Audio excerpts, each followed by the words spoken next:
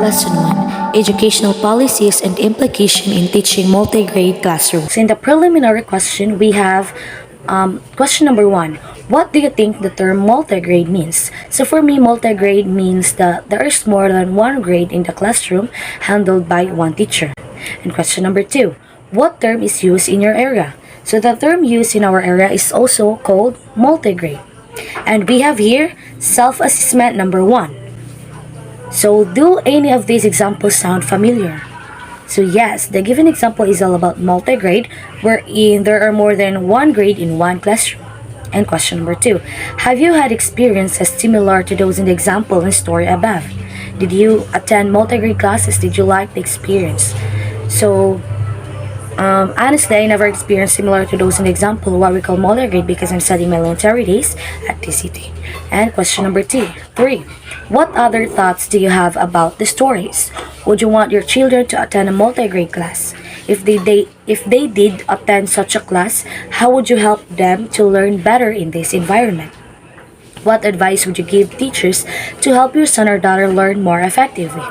So upon reading the stories, I realized how hard and tiring it is to teach different grades in one classroom, because the teacher should prepare or study ahead of time, and planning daily lessons is one of their duties. So and I do believe also that multigrade has factors to multigrade teaching, just like socioeconomic factors where students are exposed to socializing with other students. If the time comes that I'm having my own family, then I want my children to attend or experience a multi-grade class, because it offers better opportunities for learning that contribute success of the learners. It also exposes younger children to pre-teaching. And now, we have the characteristics of multigrade and monograde. First, we have the relationships. So the school population is larger, so it is more difficult to develop interpersonal relationships. While on multigrade, because of the small class size, the teacher appears to be part of the family unit. And next characteristic, we have tutoring. So in monograde, usually group leaders assist others, while in multigrade, peer tutoring is employed. So next characteristic, we have teacher training. So many are trained with government support in monograde, while in multigrade, many teachers have no multigrade training and lack technical support. And next characteristic, we have number. So in monograde, normal class size is 40 to 60 students who are in the same age and same grade.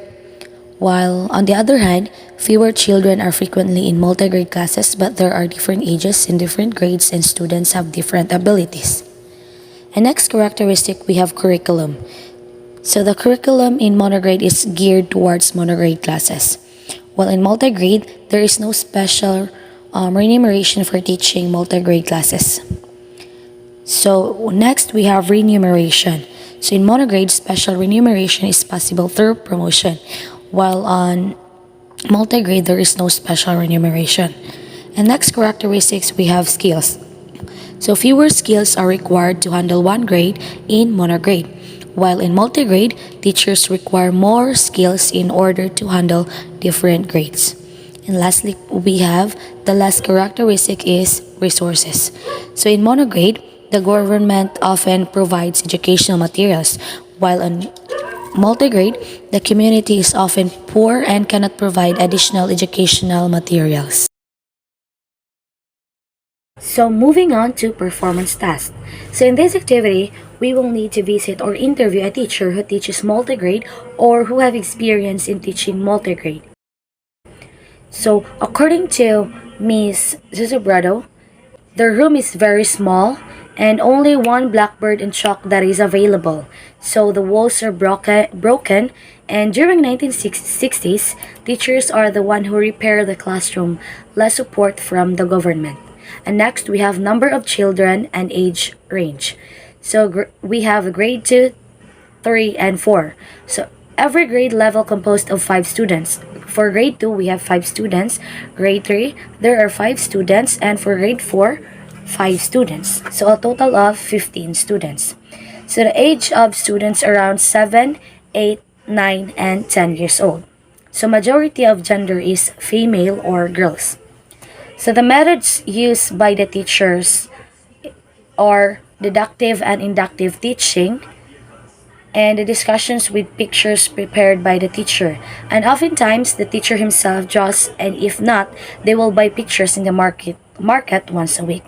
And oftentimes, instructional materials are DIY, and the teacher will give activities to the specific grade level. On the other hand, the teacher will discuss a grade level that has no activities. So, for example, the teacher will give activities to grades 2 and 3 and proceed to grade 4, and then the teacher will do the discussion.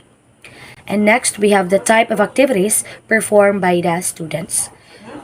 So, the activities that are performed by the students, according to Mrs. Sobrado, are question and answer about the lesson, drawing, flashcards for practice reading, read aloud, group activities in small groups, and silent reading using manila paper posted on the blackboard.